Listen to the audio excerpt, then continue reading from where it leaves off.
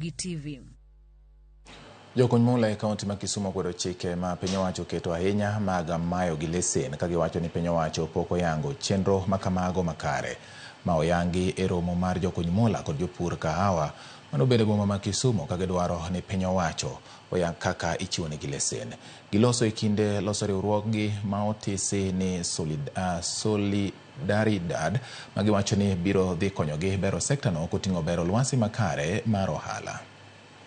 We have prioritized, both of us, the counties of that region, have prioritized coffee among the crops that we are going to work on, the value chains that we are going to work on, even in the new program that is called National Value Chains Development Program, so that we can rehabilitate our coffee, so that our farmers can brand their coffee and sell it abroad as their name, their brand, Nyamira Coffee, Kisii County Coffee. Tiere enough evidence ni serikal nigi chenro maber, lakini nyo odwa buogo jokuny mula kolando gima ok adieri. Nikech achiel, ok inyalo wacho ni jokuny mula are illegal ka onge kama de giyudie permit.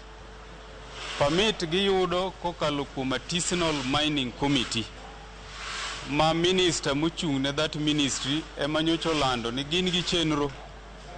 mar launching these artisanal mining committees mondo mi gichak chiwo permits ne jokuny mula matindo tindo. Koro ka ministry ma pok ochako chiwo permit gi, to ere kaka kendo bath sirikal konchiel chako biro wacho ni